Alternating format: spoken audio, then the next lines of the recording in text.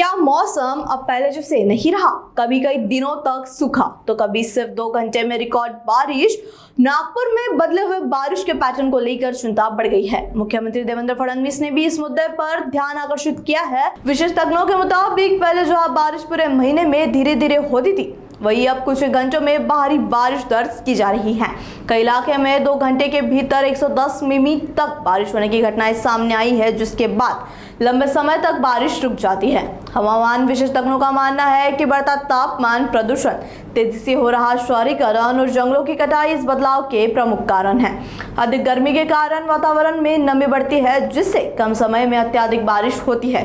इस बदलते मौसम का असर सिर्फ बारिश तक सीमित नहीं है। गर्मियां अधिक तीव्र हो रही है, सर्दियां छोटी होती जा रही है और मानसून का पैटर्न लगातार अनिश्चित हो जा रहा है। इसके चलते बाढ़, भूस्खलन और फसलों को नुकसान जैसी घटनाएं भी बढ़ रही है।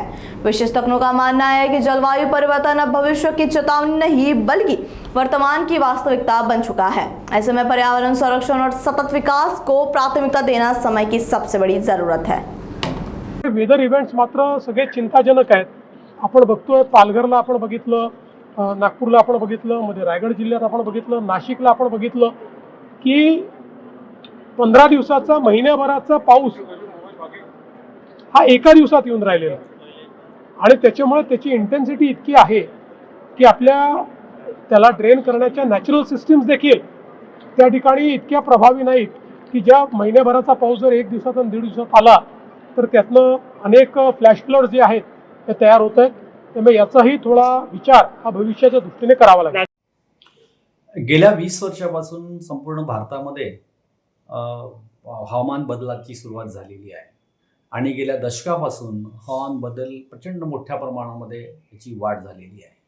आता हवामान प्राचीन काळामध्ये जो मान्सून होता तो आता मान्सून येत नाही आहे।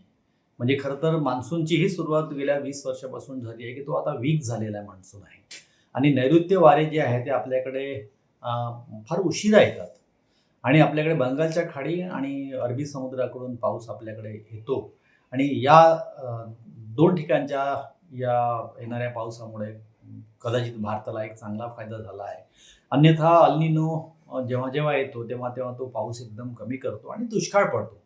परंतु भारतामध्ये असा दुष्काळ फारसा झाला नाही। याला कारण हे आहे की भारताच्या दोन्ही बाजूला पूर्व पश्चिमेला असलेलं समुद्र हे त्याला मेजर कारण आहे। परंतु आता जो पाऊस संपूर्ण बदललेला आहे, कारण पाऊस येतो आणि तो लो प्रेशर एरिया कुठेतरी भारतामध्ये एका ठिकाणी डेव्हलप होतो। विशेषतः शहराजवळ लो प्रेशर एरिया डेव्हलप होतो कारण इथलं तापमान वाढलेलं आहे। इथले जे वनं आहे, इथले जे वृक्ष आहेत ते कमी झालेले आहे।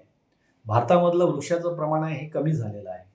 शहरामध्ये आता इतकं विकास झालेला आहे आणि विकासाच्या कामामुळे जंगलं आपण तोडलेली आहेत, शहरात तापमान वाढलेलं आहे आणि या संपूर्ण कारणामुळं आता आपल्याकडे पाऊस ढग येतो आणि एका ठिकाणी पाऊस खूप पडतो आणि तो ढग निघून जातो। अशाच प्रकारचं चित्र आहे। यावर्षी अल निनोचा प्रभाव जरी असला तरी भारतामध्ये जो पाऊस येत आहे किंवा येणार आहे हा वादळी पाऊस येणार आहे आणि झड ज्याला म्हणतो आपण, जशी प्राचीन काळात झड होती ती आता झड राहिली नाही आहे। ऋतू जे होते ते ऋतू पण आता राहिलेले नाही आहे। तर तेव्हा सरकार असो, प्रशासन असो, लोकांनी असो आता सावध झालं पाहिजे आणि खरंच जर आपल्याला म्हणजे उद्योगांना असो, शेतींना असो, लोकांना असो पिण्याला पाणी वाचवायचं असेल तर आपल्याला जे तापमान वाढलेलं आहे, जे प्रदूषण वाढलेलं आहे ते आपल्याला कमी करावं लागेल आणि म्हणून मानवाचा विकास नाही तर निसर्गाचा विकास जोपर्यंत होत नाही तोपर्यंत हे जे प्रमाण आहे हे प्रमाण कमी होणार नाही आणि म्हणून भविष्यात पुन्हा मान्सून, सरळ मान्सून, ऋतुमान मान्सून जर करायचा असेल तर आपल्याला पुन्हा खूप मोठ्या प्रमाणामधलं हे जे प्रदूषण वाढणार आहे ते प्रदूषण कमी केलं पाहिजे। वृक्षाचं जे प्रमाण आहे, जंगलाचं प्रमाण आहे ते वाढलं पाहिजे। लोकांची जीवनशैली आहे ती बदलली पाहिजे, तर निश्चितच याच्यामध्ये बदल येऊ शकतो। डेफिनेटली ऐसा 1 to 1 नहीं है, लेकिन हमने देखा कि अगर लास्ट 1 डिकेड्स में या लास्ट 5 years में देखें तो कुछ ऐसे स्पेल्स बन रहे हैं जो एक्सट्रीम इवेंट्स जो होते हैं वो आजकल बढ़ रहे हैं। हमने देखा कि जैसे अगर बात करें मानसून की तो मानसून में भी जो एक्सट्रीम इवेंट्स होते हैं उसकी भी संख्या है वो बढ़ रही है। मतलब कम समय में अत्यधिक बारिश का होना। जैसे पहले की जो बारिश होती थी वो जनरली थ्रू आउट 1 week या 2 week चलते, लेकिन अभी जैसा हो रहा है कि सिस्टम्स जो होते हैं, जैसे हमने इस बार देखा जो बे ऑफ बंगाल में जो सिस्टम्स बने हैं वो क्लाइमेटोलॉजिकली काफी कम बने हैं। और हम देखेंगे कि पहले जो आज से अगर हम बात करें कुछ पहले की बात करें तो सिस्टम जो होते तो बैक टू बैक बनते थे, जिसकी वजह से देखते थे रेनफॉल जो होती थी वो कंटिन्यूस रेनफॉल होती थी। लेकिन अभी तो under the impact of changing climate and as well as जो सिस्टम्स जो बन रहे हैं बे ऑफ बंगाल में, उसकी कोई एक फीचर्स पैटर्न जो है वो एक डेफिनेट नहीं है। ऑलमोस्ट वहाँ पे भी काफी गैप दिखता है, जिससे हम देखते हैं कि रेनफॉल जो होता है वो अमूमन काफी शॉर्ट स्पेल्स में एक अच्छी बारिश मिलने को देखती है। डेफिनेटली इसका जो कारण हो सकता है एकदम क्लाइमेट चेंज बोल सकते हैं। और दूसरा जो है अभी जो फीचर्स जो होते हैं बे ऑफ बंगाल में, जो फीचर्स होते हैं वो जो है वहाँ पे जो सिस्टम्स बनते हैं लो प्रेशर सिस्टम्स, उनका जो है वो सामान्य से कम बनना, साथ साथ वहाँ पे जो सिस्टम्स जो बनते हैं उनका जो बनने का जो इंटरवल्स होता है उसमें भी काफी बड़ा गैप होने लग गया है।